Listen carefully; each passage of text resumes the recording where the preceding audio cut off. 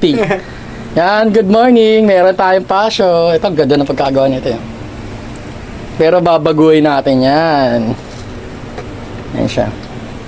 Yung horn na yan, tapos yung ilaw yan. Senaryo nito, gusto nilagyan ni Sir ng switch dito. Yan, meron na rin siyang passing light. Gusto nilagyan ni Sir ng switch dito. Bali, bubukod. Active ulit natin itong yan. Tapos may switch dito sa ilalim. Then isa pa ito. Yung lagi kong sinasabi, nakailang video na ako dito. Ito. Wala na namang fuse. Yan. Pag nasunog ang motor, yak. Ito nakarekta kasi ito dito. Tinanggal ko lang.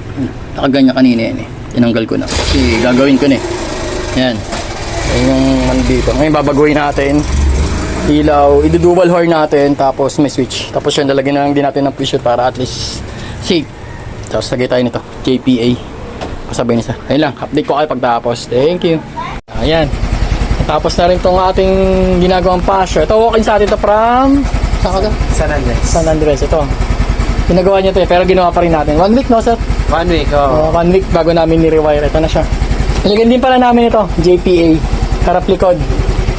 Ayan. Naman. Tapos ang naging switch niya ito na. Ayan na yung low. Ito na high. Low, high. Tapos sa passing light, assist pa rin siya. Pero ito na, meron na siyang sa taas. Bali 3-in-1 na. O, pag naka-high, low naman. Tapos pag naka-off, yan. Tapos sa busina, yan, meron na rin tayong stock. Stock muna. Yan. Kasi bawal sa LTO ang walang stock. Sa registro. Yan, tatandaan nyo yan ha. Tapos loud. As-is pa rin sir. Tapos, ito, naglagay tayo ng pakita ko na plaka mo sir ha. Hindi na kita papakita. Ito, naglagay tayo ng extension plate light. Ito, yung pinaka-ilaw niya. Kasi diba, pag naka-J pa ka, wala ang ilaw dito sa taas. Wala dyan. So yan, naglagay na tayo. Yan. Maliwanag pa rito yan. Ito, sa Aerox to yung ginamit ko. Yung mga unang video ko yun, check nyo na lang kung gaano siya kalakas.